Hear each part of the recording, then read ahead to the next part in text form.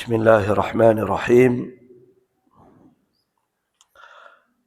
Assalamualaikum warahmatullahi wabarakatuh.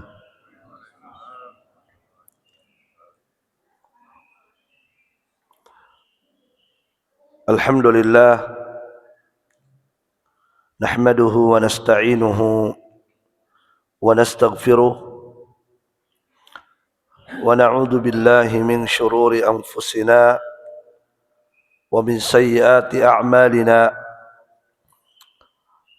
Man yahdihillahu fala mudilla lah wa man yudlil fala hadiya lah. Ashhadu an la ilaha illallah wahdahu la syarika lah wa ashhadu anna Muhammadan abduhu wa rasuluh sallallahu alaihi wa ala alihi wa ashabihi ajma'in, amma ba'd. Kaum muslimin wal muslimat rahimani wa rahimakumullah.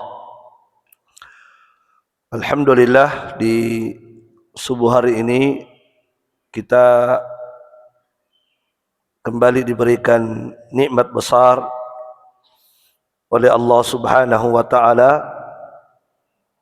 Kita masih diberikan kemudahan, pertolongan oleh Allah Subhanahu wa taala untuk menunaikan perintahnya dan meninggalkan segala larangannya. Kaum muslimin wal muslimat, barakallahu fikum. Pada subuh hari ini kita kembali akan melanjutkan kajian kita membahas kitab Al-Usulus Thalatha karya Syekh Muhammad bin Abdul Wahhab rahimahullah.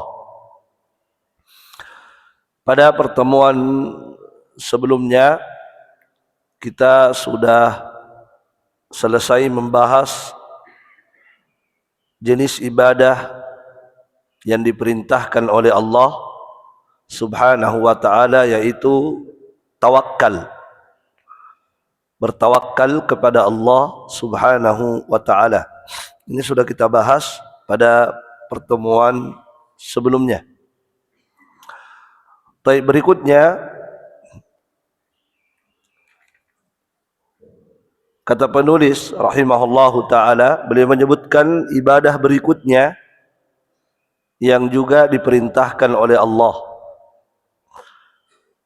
yaitu ibadah ar-ragbatu war-rahbah.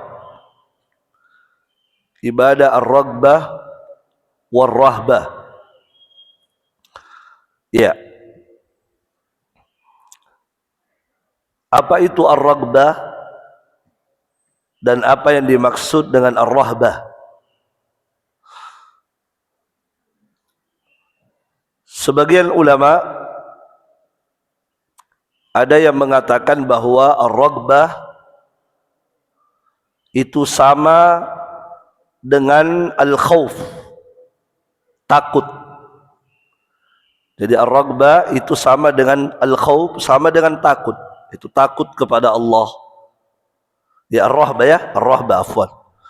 Ar-rahbah itu kata sebagian ulama sama maknanya dengan al-khawf, takut kepada Allah. Kalau ar-ragbah kata sebagian ulama sama maknanya dengan ar-raja, berharap. Jadi ar-ragbah maknanya sama dengan berharap, sama dengan ar-raja. Ar-rahbah sama dengan al-khawf, takut. Itu kata sebagian ulama. Tetapi sebagian ulama ada yang membedakan. Beda kata mereka. Ada yang mengatakan beda antara al-khawf dengan ar-rahbah. Beda antara ar-ragbah dengan ar-raja. Ada yang membedakan seperti itu ya. Nah, di antara ulama yang membedakan adalah Al-Imam Ibnul Qayyim rahimahullahu ta'ala. Al-Imam Ibnul Qayyim rahimahullahu ta'ala. Ya. Barakallahu fikum. Jamaah sekalian, apa bedanya? Apa bedanya? Bedanya kalau ar-raja berharap. Kalau terjemahannya berharap ya. Kalau ar-ragbah itu juga berharap, tetapi ada tambahan makna. Jelas ya? Tadi saya sebutkan dulu. Al-Imam Ibnul Qayyim mengatakan ar-raja itu bermakna at-tam'u. At-tam'u. Kalau ar-ragbah bermakna at-talab. Ya. Jadi kalau ar-raja itu adalah seseorang hamba itu berharap, menginginkan sesuatu kepada Allah. Itu namanya ar-raja. Menginginkan sesuatu, ada harapan yang dia inginkan kepada Allah. Misalnya mengharap surga, mengharap sehat, mengharap rezeki, mengharap, itu namanya ar-raja, berharap sesuatu yang baik kepada Allah. Jelas ya? Itu ar-raja namanya.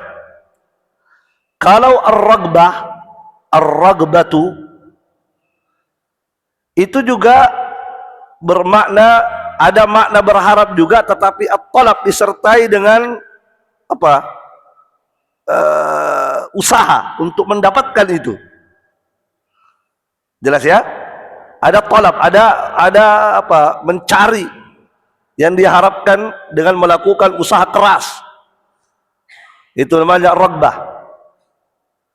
Bisa dipaham? Iya. Jadi kalau seseorang dalam hatinya ada keinginan kepada Allah, ada harapan kepada Allah, ya, tapi baru sekedar apa? Baru sekedar berharap gitu, baru sekedar menginginkan sesuatu itu kepada Allah, dan sangat besar harapannya kepada Allah, dia dapat. Itu baru disebut apa? Ar-raja. Ketika keinginannya tadi itu sudah apa? Sudah dibuktikan dengan usaha, ya, dia sudah mencari apa yang diinginkan dengan melakukan usaha-usaha keras, usaha-usaha yang luar biasa, maka itu yang disebut dengan apa? Ar-ragbatu. Bisa dipahami ya? Nah, iya.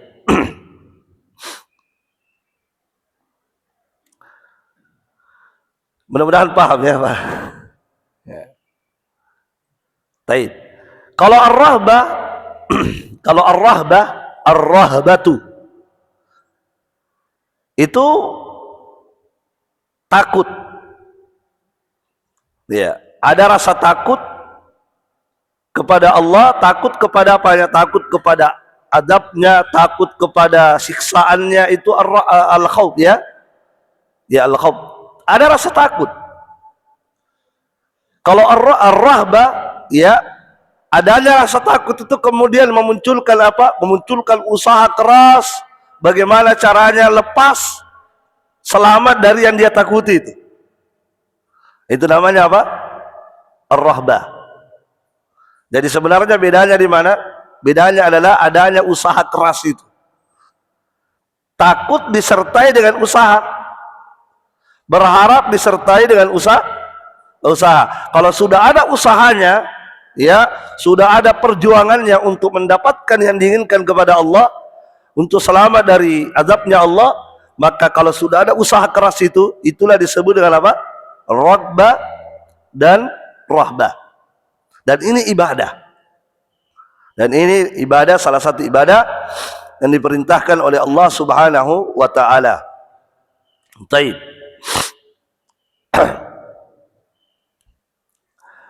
Ya,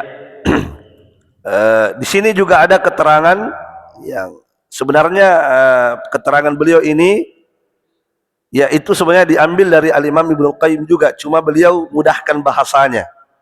Ya, saya bacakan juga, tidak apa-apa, saya bacakan mungkin. Ada keterangan juga dari Syekh Dr. Abdul Muhsin Ibn Muhammad Al-Qasim. Syekh Dr. Abdul Muhsin Ibnu Muhammad Al-Qasim. Beliau ini adalah imam dan khatibnya Masjid Nabawi. Imam dan khatibnya Masjid Nabawi yang ada di Madinah. Syekh Dr. Abdul Muhsin Ibnu Muhammad Al-Qasim, ya. Beliau berkata ketika beliau menjelaskan kitab ini, beliau punya kitab mensyarah, menjelaskan kitab yang kita bahas ini. Beliau berkata, wal farqu bainahuma, perbedaan di antara keduanya, annar raja'a tam'un. Annar raja'a tam'un, sesungguhnya yang dimaksud dengan ar-raja' itu adalah tam'un, keinginan, harapan. War-ragbata talabun. Sementara ar-ragbah itu talab, sudah mencari. Sudah ada upaya mencari yang dia inginkan. Faman tama'a fi dukhulil jannah, maka barang siapa yang berkeinginan, berharap untuk masuk surga, masalan, contohnya, fatam'uhu hadza yusamma raja'an, maka keinginannya ini tadi, harapannya untuk masuk surga, ini baru disebut apa? Roja. Paham? Kalau sudah ada keinginannya kepada Allah masuk surga, Allah, saya ingin masuk surgamu, itulah baru disebut apa? Roja. Wa man talabaha bil amalis salih, maka kalau dia sudah mencari surga itu dengan melakukan amal soleh, itu kalau dia sudah mencari surga dengan melakukan amal soleh, ya, fa inna talabahu laha hada, maka upaya dia untuk mendapatkan surga dengan amal soleh tadi, maka ini disebut dengan ragbah. Paham ya? Nah itu. Jadi kesimpulannya sebenarnya perbedaannya tipis. Perbedaannya tipis. Apa bedanya? Di masalah usahanya saja. Kalau sudah ada usaha untuk meraih itu, maka itulah disebut dengan ragbah. Kalau baru harapan kepada Allah, belum tidak usahakan, tapi sudah ada harapannya kepada Allah, maka itu disebut dengan ar-raja. Ar-raja. Taib. Ya jamaah sekalian rahimani wa rahimakumullah. Kemudian Asy-Syaikh menyebutkan dalilnya, dalil ibadah ini. Apa dalilnya ini ibadah? Ar-raghbah war-rahbah. Kata beliau, wa dalilu raghbati war-rahbati wal khusyu'i qauluhu ta'ala. Dan dalilnya, dalil bahwa ar-raghbah dan rahbah adalah ibadah, adalah firman Allah Subhanahu wa ta'ala, innahum kanu yusari'una fil khairat wa yad'unana raghaban wa rahaba. Kata Allah dalam surah Al-Anbiya, ketika Allah menjelaskan tentang nabi-nabinya, maka Allah menjelaskan bagaimana itu para nabi di surah Al-Anbiya. Kata Allah, sesungguhnya mereka itu para nabi, ini para nabi ya, sesungguhnya mereka itu para nabi, para rasul, kanu yusari'una fil khairat, mereka punya ciri, mereka punya sifat, mereka punya kebiasaan, kebiasaan yang sudah menjadi sifatnya. Apa kebiasaan dan sifatnya mereka para nabi? Kata Allah, mereka adalah orang-orang yang bersegera di dalam kebaikan. Itu para nabi. Jadi mereka itu, kata Allah, para nabi memiliki sifat, memiliki karakter, memiliki kebiasaan. Apa kebiasaan mereka? Itu mereka adalah orang-orang yang bersegera, tidak menunda-nunda, bercepat-cepat dalam apa, Pak? Dalam kebaikan. Dalam kebaikan. Maksudnya dalam kebaikan di sini adalah ketaatan, dalam fitta'ah, dalam ketaatan kepada Allah. Kalau ada perintah Allah, maka bagaimana para nabi? Segera langsung, bercepat-cepat dilakukan, bersegera dilakukan. Kalau ada larangan Allah, dilarang sesuatu, maka mereka segera meninggalkan, tidak menunda-nunda. Itulah para nabi. Dan harusnya juga kita seperti itu. Ya. Nabi adalah orang-orang yang mulia dan mereka adalah orang-orang yang dimuliakan oleh Allah Subhanahu wa taala. Maka siapa yang ingin dimuliakan juga oleh Allah dan menjadi manusia-manusia mulia, maka ikuti sifatnya para nabi. Ikuti karakternya para nabi. Kebiasaannya para nabi. Di antara karakter, kebiasaan, sifatnya para nabi, ini dia. Bersegera. Segera. Ada perintah Allah, langsung dilakukan. Tidak menunda. Tidak mikir-mikir. Ada larangan Allah, segera ditinggalkan. Tidak menunda, tidak berpikir.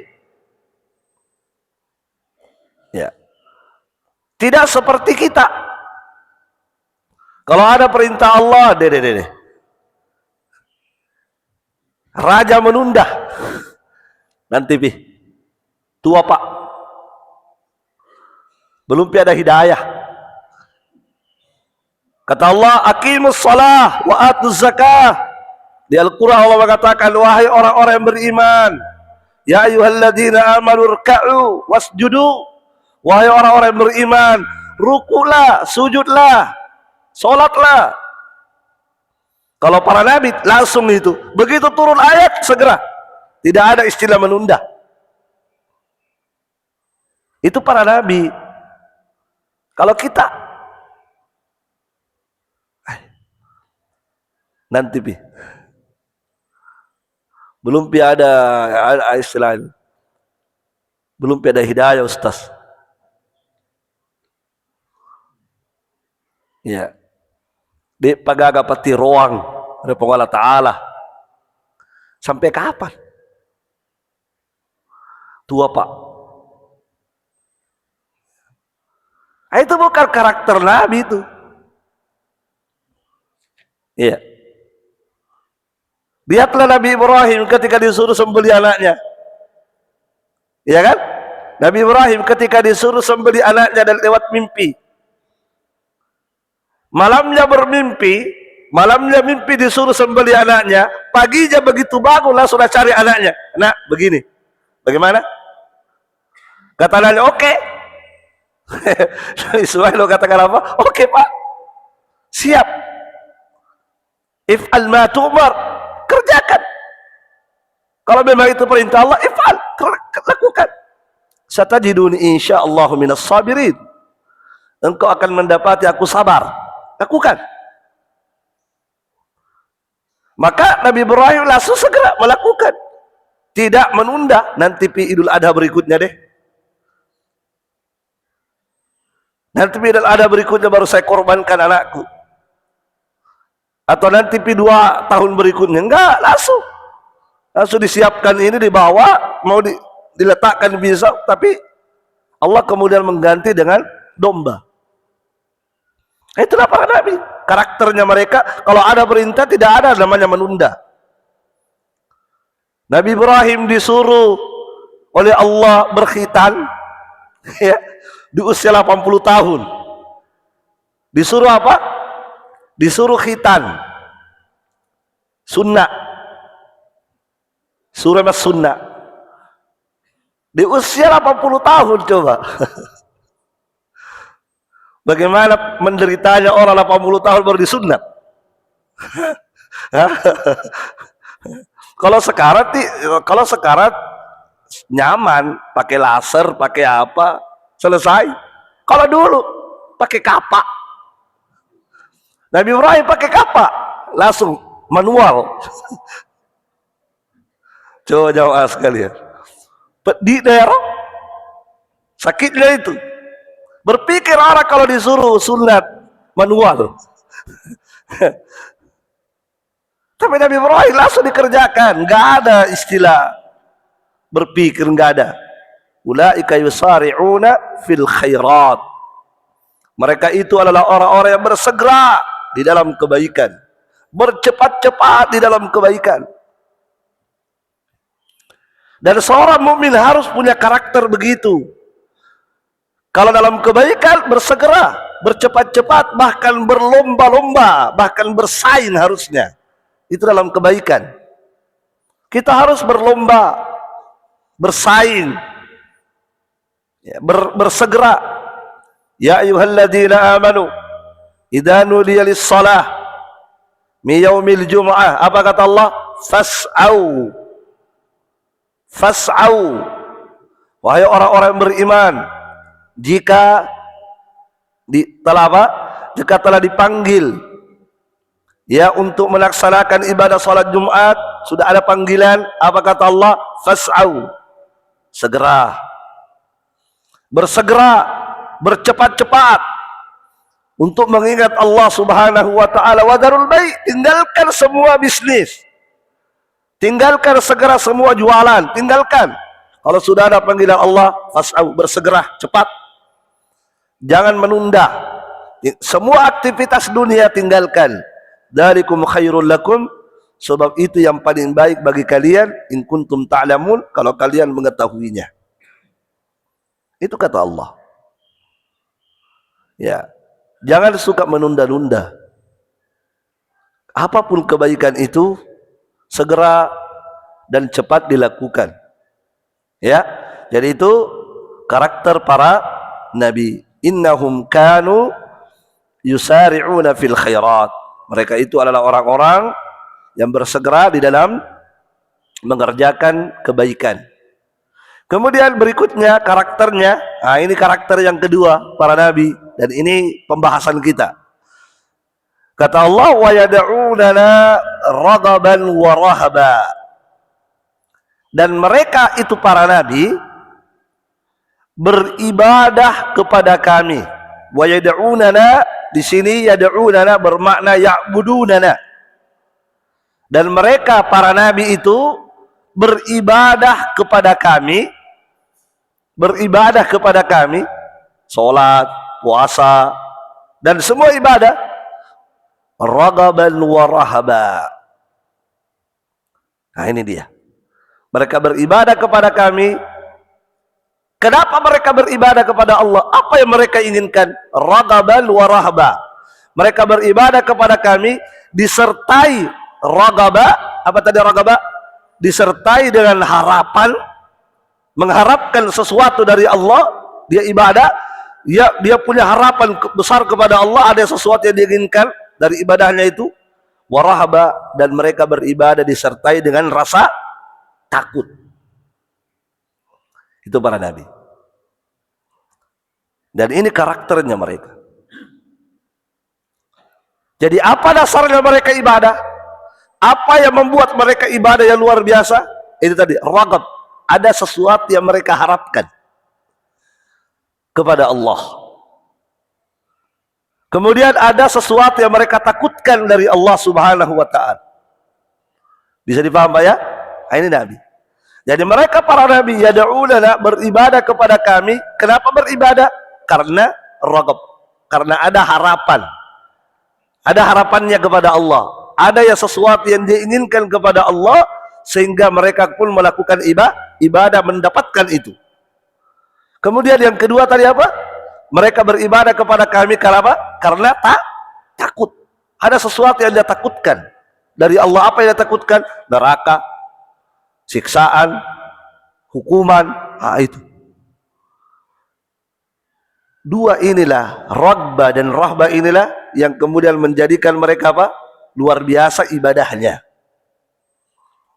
Paham ya? Makanya kita katakan tadi, apa itu raghbah? Harapan yang kemudian melahirkan ibadah. Apa tadi rahbah? Takut yang melahirkan ibadah. Jadi ibadahnya para nabi itu luar biasa. Ya. Apa yang menyebabkan ibadah mereka luar biasa? Karena ada dua mesin penggeraknya. Ada mesin penggeraknya. Apa mesin penggeraknya? Ini dua. Raghbah dan rahbah. Ada sesuatu yang mereka harapkan kepada Allah. Yang kedua, ada sesuatu yang mereka takutkan dari Allah Subhanahu wa ta'ala. Yaitu para nabi. Jelas ya? Nah, jamaah sekalian, rahimani wa rahimakumullah. Ketika mereka misalnya Apa? Melakukan ibadah apa contohnya? Contohnya melakukan ibadah apa? Salat. Kenapa mereka salat? Kenapa mereka salat? Hah? Tadi ragbah. Dasarnya mereka salat, sebab mereka salat karena ragbah, ada keinginannya kepada Allah. Ada harapannya kepada Allah yang dia inginkan. Apa yang dia inginkan? Ya surga lah. Apalagi kalau bukan surga. Apa yang ada di sisi Allah? Apa yang Allah janjikan kepada kita kalau ibadah? Kan yang Allah janjikan kan nikmat di akhirat, nikmat di alam kubur, nikmat di surga. Nah, itulah para nabi. Jadi mereka beribadah itu, dasar mereka beribadah itu ragbah tadi. Harapannya itu ada sesuatu yang mereka harapkan kepada Allah Subhanahu wa taala, surga.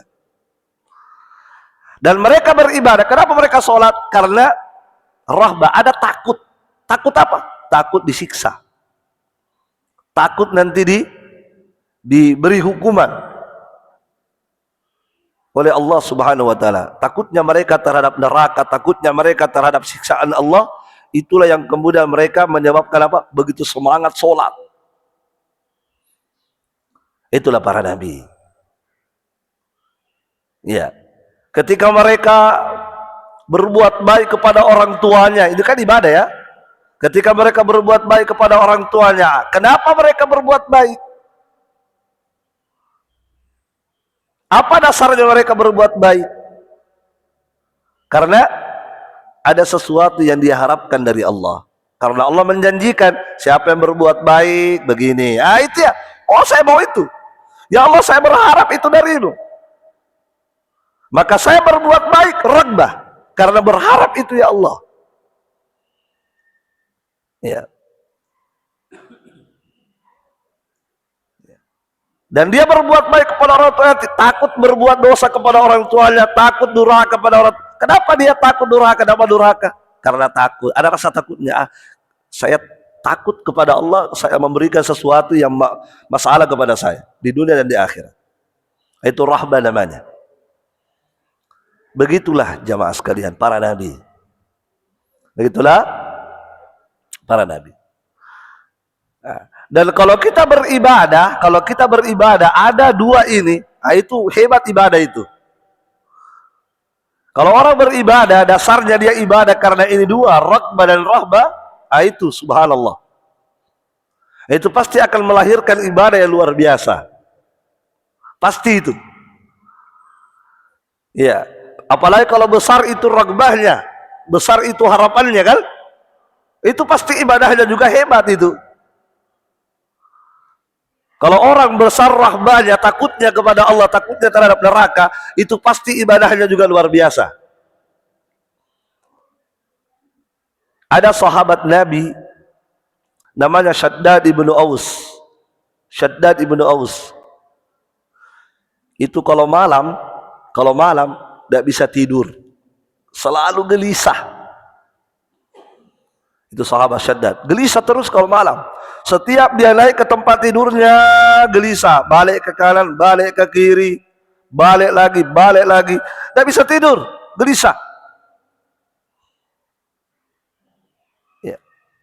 Kenapa sampai gelisah ini sahabat? Tidak bisa tidur, susah tidurnya. Perhatikan. Ya, beliau mengatakan, Allahumma innan nara adhabat minni naum. Ya Allah, sesungguhnya ingat kepada api nerakamu, ingat kepada azabmu, membuat saya tidak bisa tidur. Kemudian dia pun bangun dari tidurnya, segera mengambil air wudhu, kemudian dia sholat sampai subuh. Dia sholat sampai subuh. Ini sahabat Shaddad. Jadi seseorang itu kalau besar rahbahnya, besar takutnya kepada azab Allah, maka tentu akan melahirkan usaha yang luar biasa juga. ibadah yang hebat seperti Shaddad. Lihat beliau ketika ditanya, kenapa anda kalau malam begitu bolak-balik, balik kanan, balik kiri, tidak bisa tidur? Beliau mengatakan apa tadi? Ya Allah, ingat kepada api nerakamu membuat saya tidak bisa tidur. Beliau bangun, sholat sampai subuh. Barakallahu fikum. Jadi dasarnya ibadahnya itu rahbah. Ada rasa takut kepada Allah Subhanahu wa taala. Iya. Nah, ini kalau pada diri kita tidak ada ini rahbah, tidak ada ini rahbah, tidak ada ibadah rahbah pada diri kita, pasti ibadah kita juga lemah. Kita akan mudah berbuat dosa. Pasti mudah berbuat dosa, gampang berbuat dosa. Kenapa? Karena tidak ada rahbah. Tidak ada rahbah ini dalam hati kita. Tapi kalau ada rahbah ini, ada ibadah rahbah dalam hati kita ini, akan melahirkan ibadah yang luar biasa juga seperti sahabat ini. Begitu pula sebaliknya, begitu pula jamaah sekalian, kalau dalam diri kita ada ragbah, apa tadi ragbah? Harapan. Ada harapan besar, ya, sesuatu kepada Allah. Itu juga akan melahirkan ibadah yang luar biasa. Iya. Barakallahu fikum. Ada sahabat Nabi, ya, saya lupa namanya, ikut dalam perang, ikut dalam jihad. Ketika pasukan sudah di depan musuh, pasukan besar di depan musuh, lawan tangguh, disitulah Nabi memotivasi sahabat, membangkitkan semangat sahabat. Apa yang Nabi lakukan di situ? Nabi kemudian menceritakan tentang surga di depan sahabat yang sudah di depan mata itu musuh. Nabi ceritakan surga. Surga begini, surga begini, surga begini. Inilah yang Allah siapkan. Ya, siapa yang melaksanakan ibadah jihad, berperang melawan musuh, kemudian dia mati dalam jihad, maka Allah janjikan untuknya surga. Kemudian Nabi jelaskan, surga itu begini, surga itu begini, surga itu begini. Ada sahabat di situ mendengar Nabi sampaikan tentang surga. Dia begini, begitu dia. Ya, dia begitu. Dia pun berkata, bakhin, bakhin, bakhin, bakhin. Diulang-ulang itu bakhin, bakhin. Ya, bakhin, bakhin itu, ya, dalam bahasa Arab itu kata yang diucapkan ketika orang itu kagum luar biasa terhadap sesuatu. Kalau orang sudah kagum sekali itu, ya, maka biasanya mereka mengatakan apa? Bakhin, bakhin. Ya, kalau bahasa kita, wah, gitu kan? Kalau bahasa kita, wah, gitu, gitu. Nah, tapi kalau orang Arab bilang apa? Bakhin, bakhin. Kalau ada orang Arab bilang bakhin, bakhin, wah, dia kagum sekali itu sama kita. Ada sesuatu yang dia kagumi itu. Nah, jamaah sekalian, ketika sahabat ini mengatakan bakhin, bakhin, maka Nabi mengatakan, ya, kenapa kamu bilang begitu, bakhin, bakhin? Apa? Kenapa kamu bilang begitu? Kata sahabat itu, ya Rasulullah, saya mengucapkan itu raja'ata an akuna min ahliha. Saya betul-betul berharap kepada Allah, semoga Allah menjadikan saya penghuninya itu surga. Saya kagum dengan surga yang kamu sebutkan. Dan saya berharap sekali kepada Allah, semoga Allah menjadikan saya penghuninya. Maka Nabi berkata, iya, engkau termasuk penghuninya. Kata Nabi, iya, engkau termasuk penghuninya. Fa innaka min ahliha. Sesungguhnya engkau termasuk penghuninya. Maka ketika Nabi mengatakan engkau termasuk penghuni surga tadi yang kamu bilang bakhin-bakhin itu, maka sahabat itu kemudian mengeluarkan kurmanya. Ada kurma yang dia bawa. Ada beberapa butir kurma dia bawa, dia keluarkan kurmanya, kemudian dia mulai makan kurmanya. Dia makan itu kurma. Faja'ala ya'kulu minhunna, dia makan. Baru beberapa biji dia makan, baru beberapa butir. Kita tahu orang Arab itu, dede, kalau makan kurma aslinya, karena makanan pokok. Makanya pergi berjihad bawa kurma.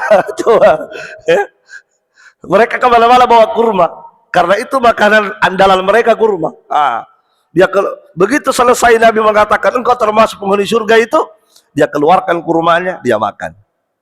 Baru beberapa butir dia makan, dia bilang apa?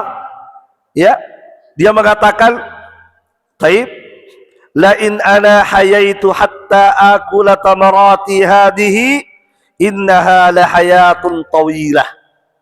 Nah, dia bilang begini, ya, kalau seandainya saya, ya, habiskan ini kurma, saya habiskan ini kurma yang masih tersisa ini, maka kehidupanku terlalu lama. Terlalu lama saya hidup. Paham maksudnya? Kalau saya menunggu sampai kurma ini habis, lamai talak dekat tuh. Terlalu lama kah hidup? Sudah, langsung dia lempar itu kurma, dia langsung buang itu kurma, dia maju menghadapi musuh, mati langsung. Paham maksudnya tadi itu, Pak? Dia bilang apa tadi? Kalau saya habiskan ini kurma menunggu sampai habis, terlalu lama, Kak. Terlalu lama masih surga. Maksudnya terlalu lama hidup di dunia, lambat masih surga. Sudahlah, lempar semua itu kurma, langsung diambil pedang, maju menghadap musuh, mati. Coba. Hebatnya ini kekuatan ragbah. Itu yang membuat dia seperti itu. Hebat dia berjihad, tidak ada lagi rasa takut, ya, tidak takut menghadapi kilatan pedang, ya, tidak takut meninggalkan istri cantik, tidak takut meninggalkan kemewahan dunia, ya, yang dia pikirkan cepat mati. Pokoknya cepat meninggalkan dunia langsung mati. Kenapa dia bisa seperti itu? Itu tadi, ada ragbah. Ada harapan besar kepada Allah, itu surga. Ketika Nabi berkata, iya, kamu akan mendapatkan itu surga kalau kamu mati sudah. Langsung. Ini kalau dikasih habis ini kurma, mai talak deh. Langsung lempar itu kurma, maju dia. Subhanallah. Nah, jamaah sekalian, ini yang harus kita munculkan saat ibadah. Apapun ibadah yang kita kerjakan, munculkan ini apa? Ragbah, harapan, ada harapan kita kepada Allah. Iya. Kenapa orang begitu semangat jualan? Iya, Pak, ya? Kenapa orang begitu semangat jualan? Sampai tidak kenal lelah. Pokoknya tidak ada lelahnya kalau jualan. Kenapa orang begitu semangat kerja sawah? Tidak ada lelahnya, tidak pakai traktor, tidak pakai, pokoknya dia baja itu sawahnya, pakai manual, pakai tangan, tidak ada capeknya, semangat dia kerja. Kenapa orang begitu semangat? Ada apa? Ada apa? Ada ragbah, ada harapannya. Semakin kuat itu harapannya untuk mendapatkan itu cita-citanya, maka semakin hebat dia kerja. Begitu. Itu persoalan dunia loh. Kalau persoalan dunia, orang ada ragbahnya, ada harapan-harapan besar, ada cita-citanya. Kenapa untuk agama tidak ada seperti itu? Iya. Kenapa orang takut terlambat? Kenapa orang cepat-cepat ke kantor? Tidak mau terlambat sedikit pun. Sampai di jalan makan rotinya, jalan sambil makan roti. Kenapa? Ada sesuatu yang dia takutkan dari bosnya, takutnya mengancam. Kalau kamu begini, telat, pecat kamu sudah. Oh, langsung dia, saya harus ada usaha ini supaya tidak telat. Begitu juga kalau kita ada rahbah kepada Allah, maka kita tidak akan berani bermaksiat. Ketika Allah menyuruh kita sholat, kita tidak akan berani meninggalkan sholat. Kenapa? Ada ancaman. Kalau kamu tidak sholat, begini loh. Ya. Kalau kamu tidak sholat, maka begini kamu dikubur. Dihantam kepalamu di kubur nanti. Seorang hamba kalau ada rahbahnya, rasa takut dari dihantam kepalanya, dia tidak akan berani meninggalkan sholat subuh. Dia akan paksa dirinya bangun sholat subuh walaupun ngantuk. Kenapa? Ada rahbah tadi. Kalau orang ada rahbah dalam dirinya, dia tidak akan berani menyentuh yang namanya riba. Tidak mau dia menyentuh riba. Kenapa? Ada rahbah, ada rasa takut. Kenapa? Karena Allah mengatakan kalau kamu riba begini, begini, begini. Kalau kamu riba, nanti bangun dari kuburmu itu kayak orang gila kamu. Tercekek lehermu. Kalau kamu riba, nanti begini, begini. Maka muncul rahbah, rasa takut tadi, dan dia berharap supaya selamat dari apa yang dia takutkan itu. Itu akan lahir ibadah luar biasa. Itulah para nabi. Wa yad'unana, dan mereka para nabi beribadah kepada kami raghaban, karena berharap sesuatu kepada Allah, wa rahban, dan karena takutnya kepada azab Allah subhanahu wa ta'ala. Nah, jadi jamaah sekalian, rahimani wa rahimakumullah, ini yang harus kita munculkan dalam segala aktivitas kita, supaya ibadah kita begitu hebat, begitu berkualitas, begitu luar biasa. Maka ada dasarnya ini, raghbah dan rahbah. Barakallahu fiik. Jamaah sekalian, rahimani wa rahimakumullah, dalam sebuah hadis Nabi SAW mengatakan, ajiba rabbuna min rajulaini. Ajiba rabbuna min rajulaini. Kata Nabi, Tuhan kita, yaitu Allah, kagum luar biasa kepada dua orang. Allah Tuhan kita kagum luar biasa kepada dua orang ini. Allah kagum sekali pada dua orang ini. Yang pertama, rajulin sarah, yaitu seorang yang menanggalkan bangkit dari tempat tidurnya. Sara an firashihi, dia bangkit meninggalkan tempat tidurnya. Walihafihi, dia bangkit menanggalkan selimutnya. Min baini hibbihi, dia bangkit meninggalkan yang dia cintai, yang dia senangi. Ya, dia bangkit meninggalkan ahlihi, keluarganya. Mau kemana? Ila salati, bersegera menuju tempat solatnya. Ya, itu yang Allah kagum pada orang ini. Kagum. Allah sangat kagum dengan orang ini. Orang yang mana? Yaitu orang yang apa?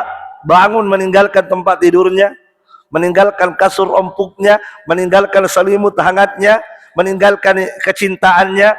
Kemudian kemana? Bersegera menuju tempat solatnya. Orang yang seperti ini Allah sangat kagum. Ya. Kemudian Allah berkata kepada malaikat, wahai malaikatku, unduru ila abdi, lihatlah hambaku itu. Lihatlah hambaku itu. Allah berkata kepada malaikatnya, unduru ila abdi, wahai malaikatku, lihatlah hambaku itu. Luar biasa. Ini hambaku, kata Allah kepada malaikat, ini hambaku. Dia meninggalkan tempat tidurnya, meninggalkan selimut hangatnya, meninggalkan yang dia cintai, menuju tempat sholatnya. Apa dasarnya? Perhatikan, raghbatan fima indi wa syafaqatan mimma indi. Dasarnya dia begitu karena dia berharap sesuatu yang ada di sisiku dan takut dari azabku. Wahai malaikat, lihatlah hambaku itu. Luar biasa ini hambaku. Ya, dasarnya dia begitu. Apa tadi? Raghbah. Karena berharap, ada yang diharapkan dariku surga, dan dia takut dari azabku. Maka dia seperti itu. Hamba yang bagaimana tadi, Pak? Hamba yang meninggalkan tempat tidurnya, meninggalkan selimut hangatnya, meninggalkan yang dia cintai. Maksudnya yang dia cintai istrinya. Karena orang kalau tidur si raka-raka kan begitu, itu maksudnya. Dan ini ayat berbicara tentang sholat malam, berbicara tentang sholat tahajud. Ini ayat berbicara tentang sholat tahajud. Orang-orang yang bangun sholat tahajud, Allah kagum kepada orang ini. Kenapa? Karena berat itu sholat tahajud. Meninggalkan apa? Meninggalkan tempat tidur. Baru tidur itu enak, apalagi tempat tidur spring bed kelas 1. Ditambah lagi selimut yang halus, hangat. Ditambah lagi di samping kita ada istri, baru pengantin baru lagi. Oh, susah itu bangun tahajud, Pak. Susah. Kadang-kadang orang telat sholat subuh itu. Kenapa harus mandi dulu? Susah. Apalagi mau sholat malam. Makanya Allah mengatakan, lihatlah malaikat, lihatlah itu hamba aku. Saya kagum dengan hamba seperti itu. Kenapa hamba itu bisa seperti itu tadi? Kata Allah, karena dia rogbah, ada rogbahnya itu. Ada sesuatu yang diharapkan dariku. Dia menginginkan dariku surgaku, dan dia takut dari nerakaku. Ya. Apalagi Pak, kalau kita berada di negeri-negeri dingin. Kalau di Indonesia ini cuacanya enak, tapi kalau Bapak berada di Yaman itu di tempat kami belajar dulu, itu kalau musim dingin Pak, -2. Itu -2. Kalau -2 itu, ya, jangankan mau bangun sholat malam, mau bangun sholat subuh, saya berpikir, dinginnya luar biasa. Yang enak itu tidur pakai selimut tebal itu tadi. Untuk bangun sholat malam susah, dingin sekali. Berat. Tapi ketika orang punya ragbah tadi, sanggup dia bangun. Ada harapan besarnya kepada Allah yang dia inginkan, dan dia sangat berharap Allah memberikan itu lewat usahanya itu tadi. Yang kedua tadi yang Allah kagum, ya, ada dua orang tadi. Yang kedua adalah seorang hamba yang berjihad,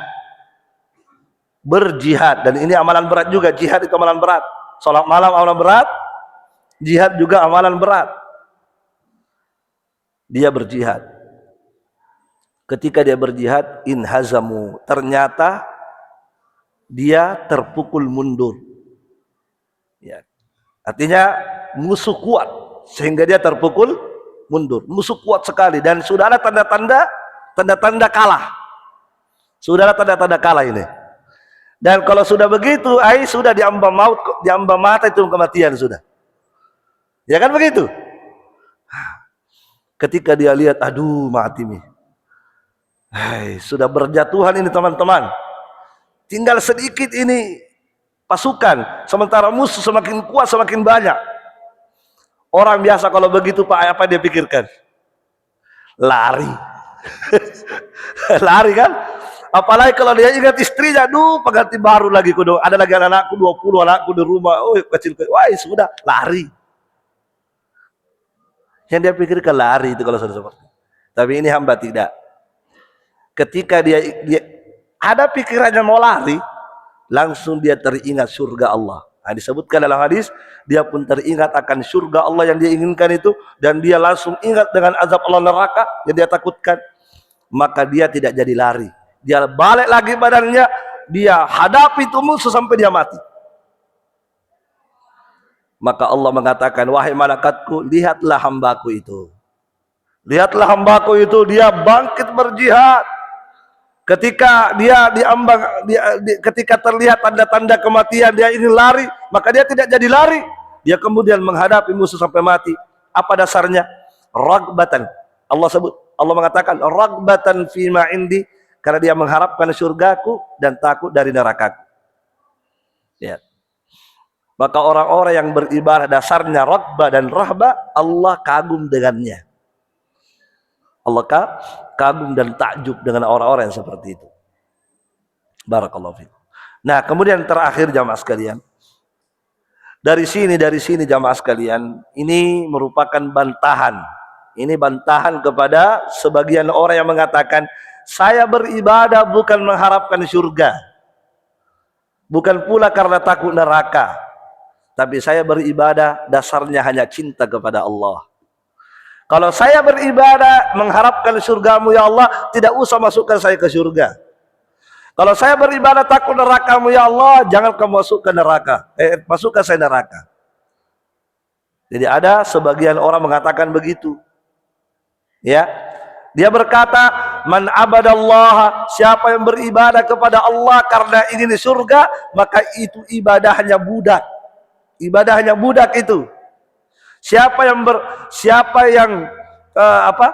yang beribadah dasarnya karena mau neraka, takut neraka, ya, maka itu ibadahnya para pedagang. Sampai keluar istilah-istilah begitu, ibadahnya pedagang itu, ibadahnya itu. Orang itu beribadah jangan harap surga, jangan usah harap neraka. Pokoknya ibadah cintamu kepada Allah saja. Biasa kita dengar begitu? Ya, ada yang biasa bilang begitu. Ya. Ada yang mengatakan bahwa itu ucapannya Rabi'ah Al-Adawiyah. Ada yang mengatakan begitu ya. Ucapannya Rabi'ah Al-Adawiyah adalah saya beribadah bukan karena mengharap surga, saya beribadah bukan karena takut neraka, tapi hanya semata-mata cinta kepadamu ya Allah. Kalau saya beribadah karena mengharap surga, jangan masukkan saya ke surga. Kalau saya beribadah karena takut neraka, masukkan saya neraka. Ini pemikiran ini, ucapan ini pemikiran yang jelas keliru. Kenapa? Karena Nabi beribadah dasarnya apa tadi Pak? Dasarnya karena harapan surga dan takut neraka. Itu para Nabi. Kalau Anda mengatakan ibadahnya para pedagang, masa ibadahnya Nabi ibadah pedagang? Kalau ibadahnya pedagang itu, sudah komat masih urus dagangannya, itu ibadahnya pedagang. Kalau sudah mau salam baru datang, sebagian begitu ya. Begitu selesai salam, assalamualaikum warahmatullah, assalamualaikum warahmatullah, lupa nih, tidak zikir. Kenapa? Ada jualan. Itu ibadah pedagang itu. Nah, itu sebagian orang begitu. Bahkan ada pedagang tidak biar sholat orang tidak sholat dia, tetap urus dagangannya. Ya. Jadi jamaah sekalian, jadi pemikiran tadi, ucapan yang jelas-jelas keliru. Kenapa? Karena justru kita dianjurkan beribadah mengharap surga dan takut dari neraka. Itu banyak dalil. Muhammadur Rasulullah walladzina ma'ahu asyidda'u 'alal kuffar ruhama'u bainahum tarahum ruk'an sujjadan yabtaguna fadlan minallah wa ridwana. Apa kata Allah di Al-Quran? Muhammad itu adalah Rasul Allah, dan orang-orang yang beriman bersama Muhammad itu sahabat. Kamu melihat mereka itu banyak ruku, banyak sujud. Allah katakan mereka itu luar biasa rukuknya, luar biasa sujudnya, luar biasa solatnya. Apa yang mereka harapkan ketika solat? Yabtaguna fadlan minallahi wa ridwana. Yang mereka harapkan kepada Allah adalah surganya dan ridhonya. Itu surganya dan ridhonya. Nah, itu memang harus kita beribadah harap surga memang. Ya. Ya, makanya sahabat tadi ketika berjihad, apa yang Nabi sebutkan kepadanya? Surga kan? Ya, bahkan Nabi mengatakan kalau kamu maju melawan musuh mati, kamu termasuk penghuni surga. Langsung sahabat buang kurmanya. Ya. Jadi dasarnya surga orang ibadah. Dasarnya surga dan takut dari neraka Allah Subhanahu wa taala. Wallahu a'lam bissawab. Sampai di sini yang bisa kita sampaikan. Ada pertanyaan? Ya, silakan. Wassalamualaikum warahmatullahi wabarakatuh. Ya.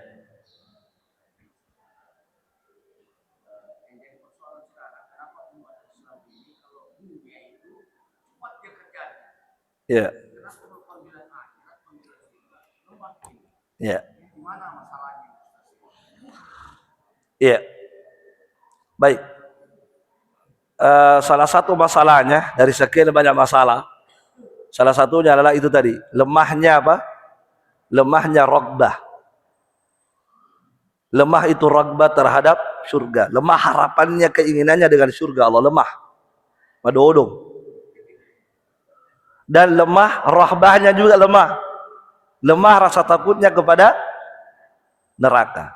Itu rahbah itu lemah, tidak kuat itu rahbahnya. Jadi rahbahnya lemah, rahbahnya lemah, akhirnya lemah tong salatnya. Itu. Nah, itu salah satu sebab itu. Coba kalau seorang hamba itu ragbahnya itu besar, kuat itu, maka akan melahirkan juga ibadah yang luar biasa. Sebagaimana para nabi, para sahabat itu mereka sangat luar biasa harapannya terhadap surga Allah Subhanahu wa taala. Ya, kebanyakan manusia ragbahnya itu kepada dunia yang besar. Rahbahnya kepada bos, rahbahnya kepada ya, itu yang lebih besar. Sehingga apa?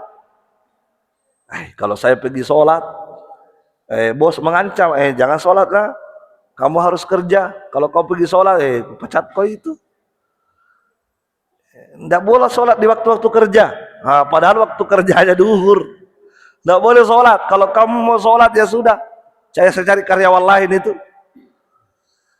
Akhirnya apa? Dia tidak sholat. Kenapa? Rahbah.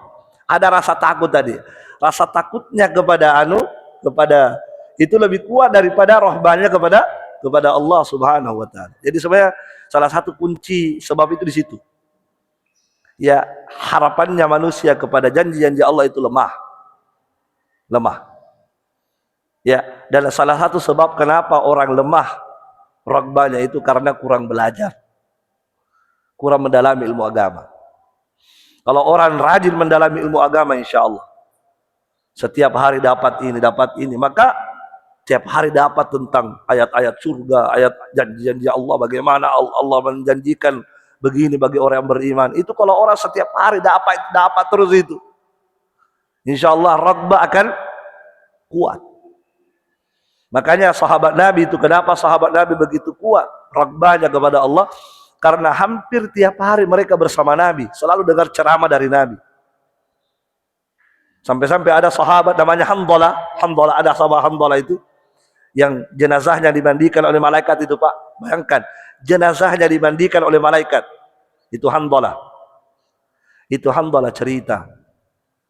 Apa kata Handalah?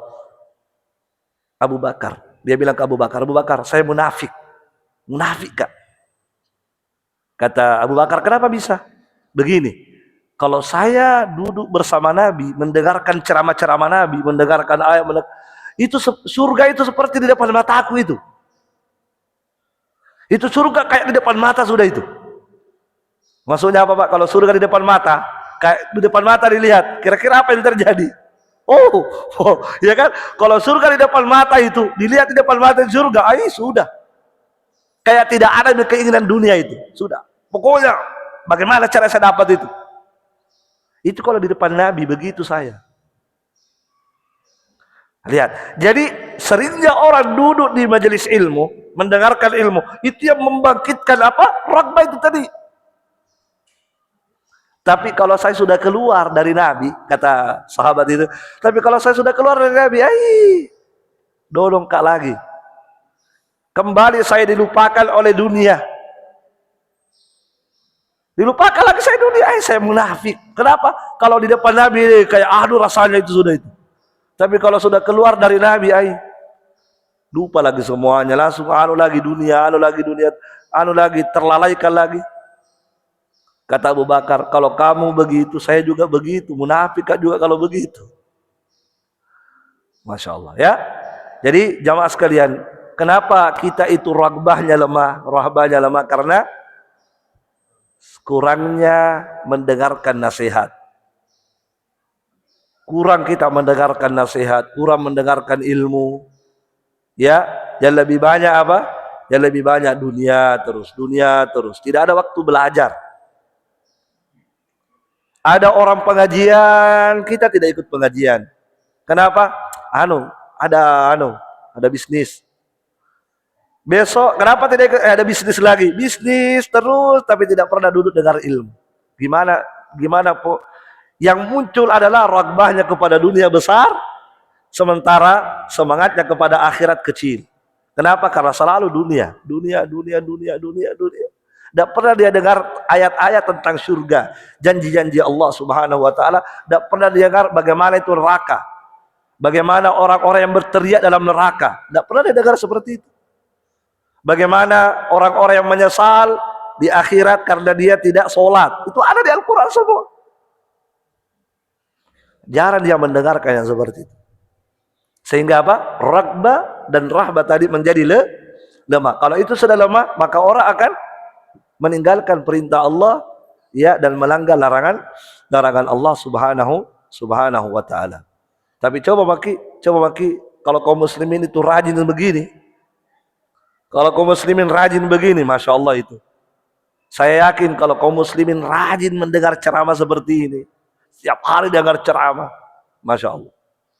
Semangat mereka melakukan ibadah. Semangat itu. Ya, makanya lihatlah para artis-artis yang dulu bergelut dengan dunia.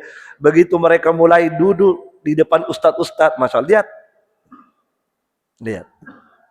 Bahkan ada yang kemudian meninggalkan apa? Dunia artisnya. Ada yang begitu. Kemudian ya fokus, ya lebih banyak lagi fokus kepada Allah subhanahu wa ta'ala. Wallahu a'lam. Baik. Cukup ya? Cukup. Subhanakallahumma bihamdik asyhadu an la ilaha illa anta astaghfiruka wa atubu ilaik. Wassalamualaikum warahmatullahi wabarakatuh.